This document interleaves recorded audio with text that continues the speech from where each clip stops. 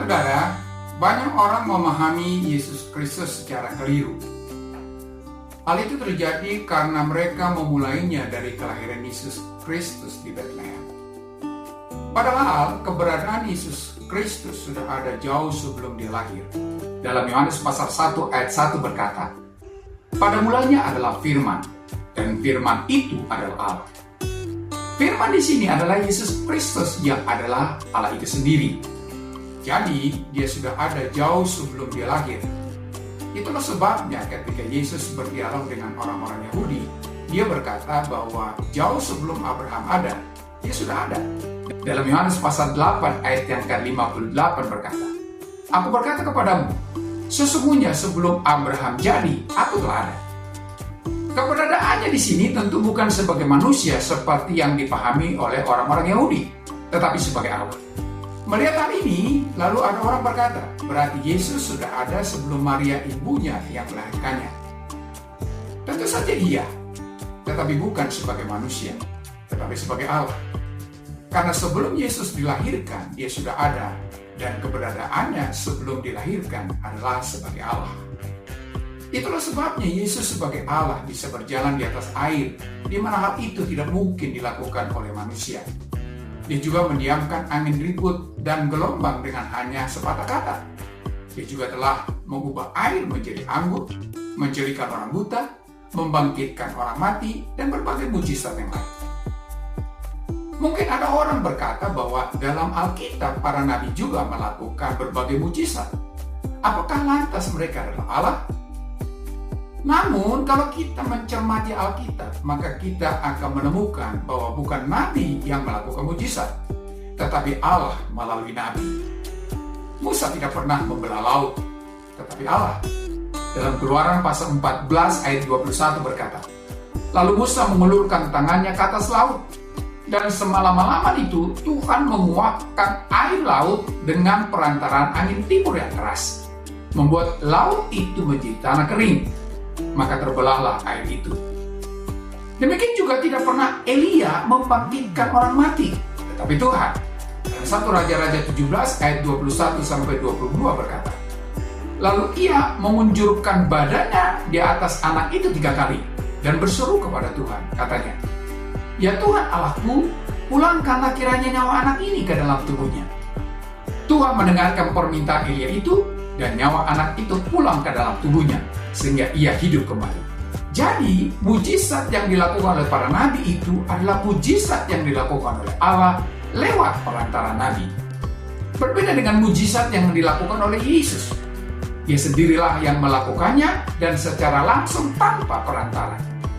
Dan terlebih daripada itu, Yesus bukan saja punya kuasa untuk melakukan mujizat, tetapi juga punya hak dan kuasa untuk mengampuni atau menghapus dosa manusia, di mana hal itu hanya bisa dilakukan oleh Allah sendiri. Dalam Markus pasal 2 ayat yang ke-5 berkata, ketika Yesus melihat iman mereka, berkatalah ia kepada orang lumpuh itu, "Hai anakku, dosamu sudah diampuni." Demikian juga ayat yang ke-10 berkata, "Tetapi supaya kamu tahu bahwa di dunia ini anak manusia berkuasa mengampuni dosa." Dari semua yang dilakukan Yesus menunjukkan bahwa dia adalah Allah itu sendiri. Saudara, demikianlah Yesus yang adalah Allah itu menjadi manusia. Dalam Yohanes pasal 1 ayat yang ke-14 berkata, "Firman itu telah menjadi manusia dan diam di antara kita." Itulah sebabnya sebagai manusia, dia telah dilahirkan lewat ibunya Maria. Makanya tidak heran, dia makan, minum, lelah, dan tidur karena dia adalah manusia. Yesus pernah merasa sedih dan menangis karena dia memiliki emosi sebagai manusia. Dan pada akhirnya dia pun mati. Itu bisa karena dia adalah manusia. Kemanusiaannya sama seperti manusia yang lain. Jadi yang makan, minum, lelah, tidur, sedih, menangis, dan yang mati itu bukan Allah, tetapi Yesus sebagai manusia. Sebab tidak mungkin Allah tertidur, apalagi mati. Kalau Yesus pernah mati, itu Yesus sebagai manusia. Dalam 1 Petrus pasal 3 ayat yang ke-18 berkata, "Sebab juga Kristus telah mati sekali untuk segala dosa kita. Ia yang benar untuk orang-orang yang tidak benar, supaya ia membawa kita kepada Allah." Ia telah dibunuh dalam keadaannya sebagai manusia, tetapi yang telah dibangkitkan menurut roh. Jadi yang mati itu bukan Yesus sebagai Allah, tetapi Yesus sebagai manusia. Lalu ada orang berkata, kalau Allah yang tak terbatas itu menjadi terbatas, maka dia bukan Allah lagi. Saudara, kita harus memahami apa yang dikatakan Alkitab, bahwa Yesus sebagai Allah yang tak terbatas itu menjadi manusia yang terbatas tanpa kehilangan keberadaannya yang tak terbatas. Hal itu telah dibuktikan oleh Yesus dengan karyanya sendiri ketika dia menjadi manusia.